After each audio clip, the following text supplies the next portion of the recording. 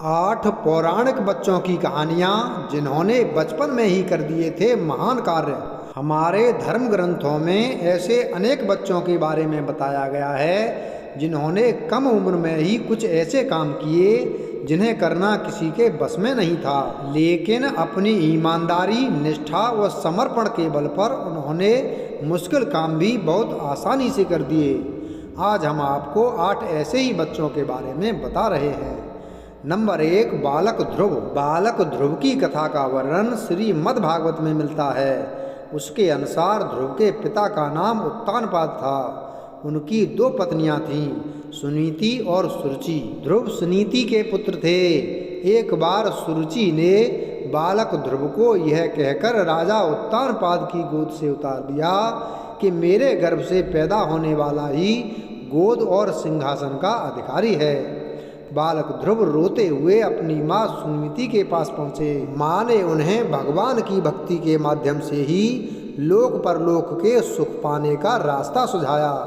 माता की बात सुनकर ध्रुव ने घर छोड़ दिया और वन में पहुँच गए। यहाँ देवर्षि नारद की कृपा से ओम नमो भगवते वासुदेवाय मंत्र की दीक्षा ली। यमुना नदी के किनारे मधुवन में बालक ध्रुव ने इस महामंत्र को बोल घोर तप किया। इतने छोटे बालक की तपस्या से खुश होकर भगवान विष्णु प्रकट हुए। भगवान विष्णु ने बालक ध्रुव को ध्रुवलोक प्रदान किया।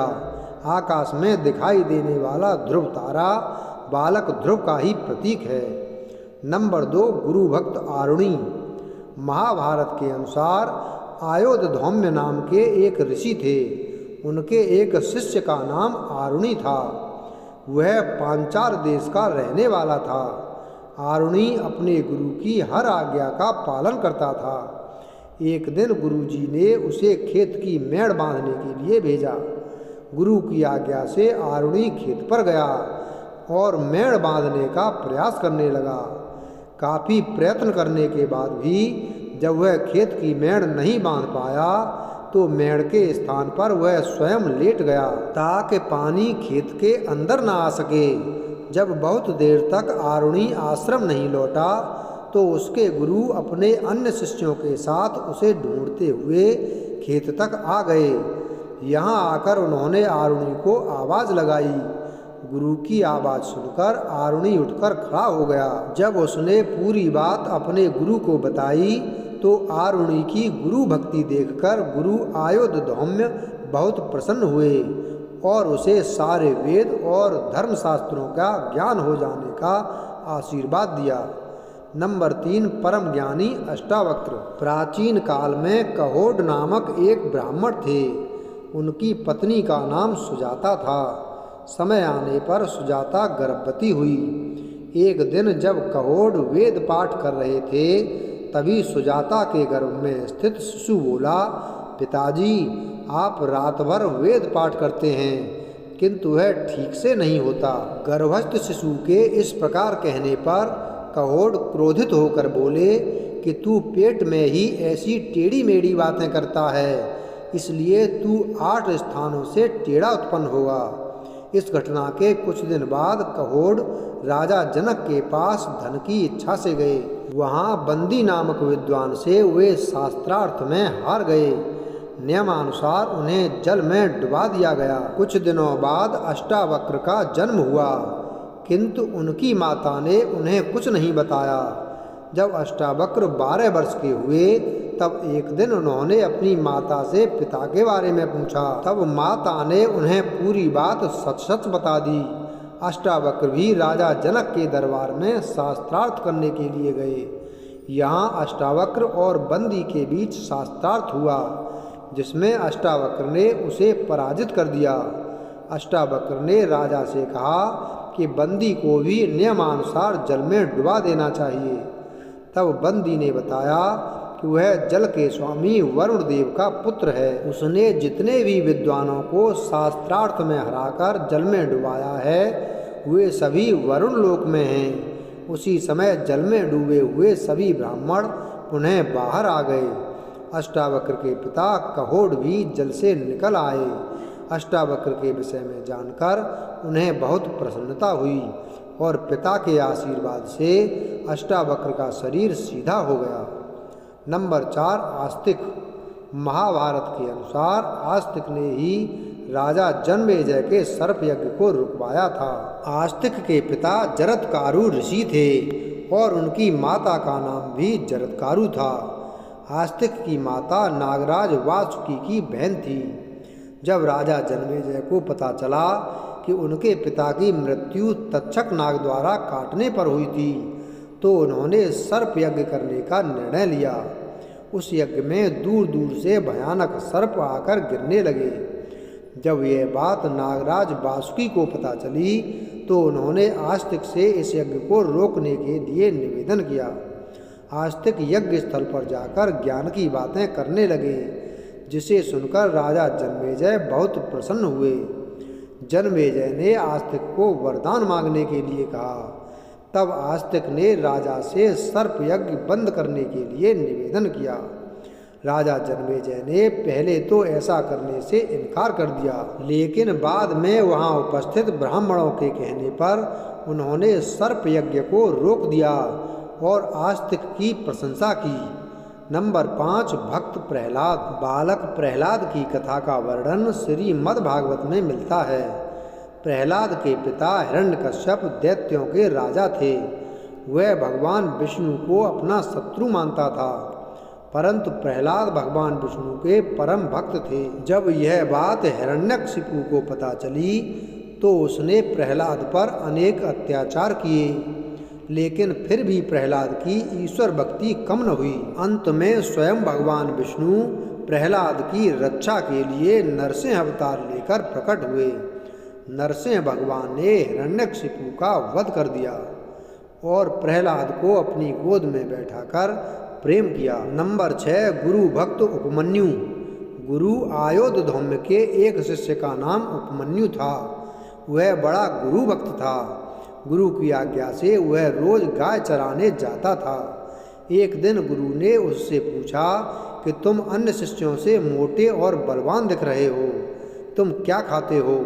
तब उपमन्यु ने बताया कि मैं भिक्षा मांगकर ग्रहण कर लेता हूँ। गुरु ने उससे कहा कि मुझे निवेदन किए बिना तुम्हें भिक्षा का अन्न नहीं खाना चाहिए। उपमन्यु ने गुरुजी की बात मान ली। कुछ दिनों बाद पुनः गुरुजी ने उपमन्यु से वही प्रश्न पूछा, तो उसने बताया कि वह गायों का दूध पीकर अपनी भूख मिटाता है। तब गुरु ने उसे ऐसा करने से भी मना कर दिया, लेकिन इसके बाद भी उपमन्यु के पहले जैसे दिखने पर गुरुजी ने उससे पुनः वही प्रश्न किया। तब उपमन्यु ने बताया कि बछड़े गाय का दूध पीकर जो फैन झाग उगल देते हैं, वह उसका सेवन करता है। गुरु आयोधधौम्य ने उसे ऐसा करने से भी मना कर दिया। तब उपमन्यु के सामने खाने पीने के सभी रास्ते बंद हो गए। तब उसने एक दिन भूख से व्याकुल होकर आंकड़े के पत्ते खा लिए। वह पत्ते जहरीले थे। उन्हें खाकर उपमन्यु अंधा हो गया और वह वन में भटकने लगा। दिखाई न देने पर उपमन्यु एक कुएं में गिर गया। जब उपमन्यु शाम तक आश्रम नहीं लौटा, तो गुरु अपने अन्य शिष्यों के साथ उसे ढूंढने वन में पहुँचे। वन में जाकर गुरु ने उसे आवाज़ लगाई। तब उपमन्यु ने बताया कि वह कुएं में गिर गया है। गुरु ने जब इसका कारण पूछा, तो उसने सारी बात सच सच बता दी। तब गुरु आयोधधौम्य ने उपमन्यु को देवताओं के चिकित्सक अश्विनी कुमार की स्तुति करने के लिए कहा। उपमन्यु ने ऐसा ही किया।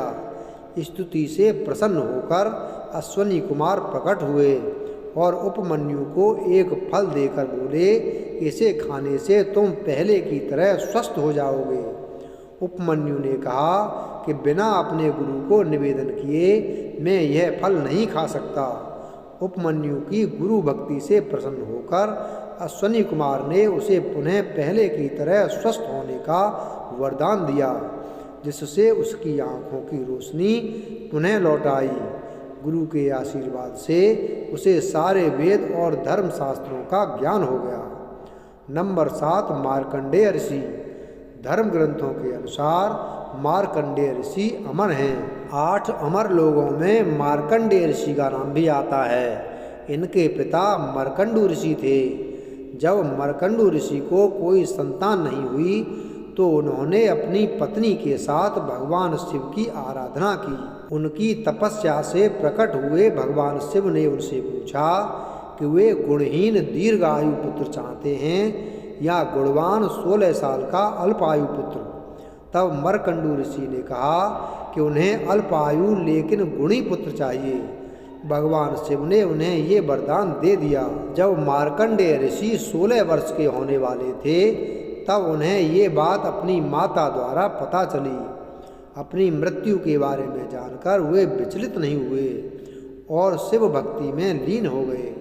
इस दौरान सप्त ऋषियों की सहायता से ब्रह्मदेव से उनको महामृत्युंजय मंत्र की दीक्षा मिली। इस मंत्र का प्रभाव यह हुआ कि जब यमराज तय समय पर उनके प्राण हरने आए तो शिव भक्ति में लीन मार्कंडेय ऋषि को बचाने के लिए स्वयं भगवान शिव प्रकट हो गए और उन्होंने यमराज के वार को बेअसर कर दिया।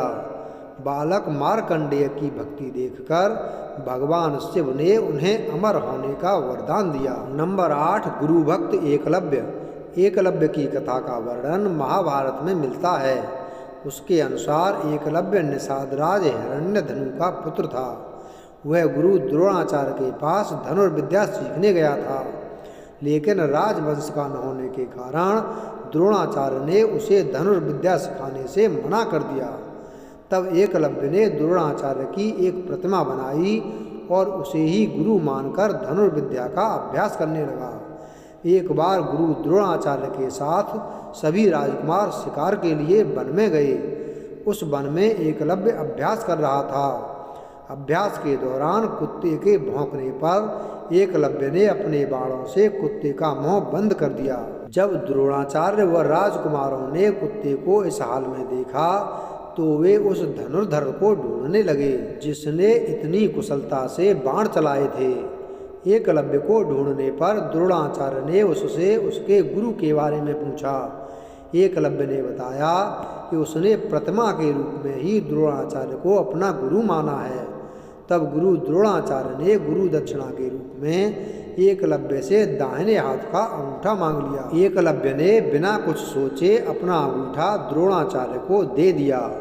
वीडियो अगर पसंद आया हो तो वीडियो को लाइक करें, चैनल को सब्सक्राइब करें और बेल आइकन प्रेस करें। धन्यवाद।